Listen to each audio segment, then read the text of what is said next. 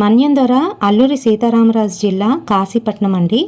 మరి ఈ కాశీపట్నం నుంచి సుమారుగా 35 నుంచి 40 కిలోమీటర్ల దూరంలో ఉంటుంది అరకు. అయితే అరకు కన్నా ముందు వచ్చే ఈ కాశీపట్నం క్షేత్రం విశిష్టత ఏంటి అని అంటే, ఇక్కడ స్వయంభువు దేవాలయం అయితే ఏర్పడింది. ఈ రకంగా చెట్టు తొర్ర మధ్యలో 3 చెట్ల మధ్యలోని స్వామివారు శ్రీ ఉమామహేశ్వర స్వామిగా ఇక్కడ వెలయడం అనేది జరిగిందనమాట. పూర్వము కాశీరాజు స్వరంగ మార్గం నుండి ఇక్కడికి వచ్చి స్వామివారిని దర్శించుకొని పూజించి కైంకర్యార్థం కొంత ధనాన్ని ఇచ్చి వెళ్తూ ఉండేవారంట. అందుకనే ఇక్కడ కాశీపట్నం అని పేరు వచ్చిందని కొంతమంది అంటూ ఉంటారు. మరి ఇక్కడ విశిష్టత ఏంటి అని అంటే, స్వామివారిని ఏది కోరుకుంటే అది తప్పకుండా నెరవేరుతుంది అని అంట్లు ఏంటంటే 3 చెట్లు అండి. మర్రి చెట్టు, రావి చెట్టు, జిగు చెట్టు, బ్రహ్మసూత్ర శివలింగం, స్వయంభూ, నంది స్వయంభూ. అమ్మవారు లోన అమ్మవారు కట్టిందేనండి.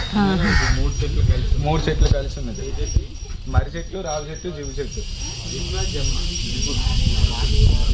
3 కలిసి కూడా. ఎక్కడ గోస్తానేనది ఫ్రంట్కి వెళ్ళి లెఫ్ట్కి వెళ్తాయి. ఆ దోవలోనే శ్మశానం ఉంటుంది. ఎంత దూరం? వెంకటేశ్వర స్వామి టెంపుల్ 18 కిలోమీటర్లు. ఆ ఊరి పేరు ఎగువ కొండపర్తి.